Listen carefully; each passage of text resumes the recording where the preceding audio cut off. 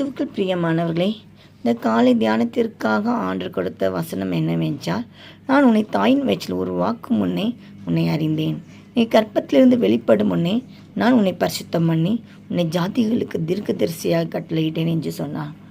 பிரியமானவர்களே, உங்களை தாயின் கருவில் உருவாகும் முன்னே நம்மை அறிந்த ஒரு தேவன், நம்மளை தெரிந்து கொண்ட ஒரு தேவன், அவர் ஒருவர்தான் இயேசு.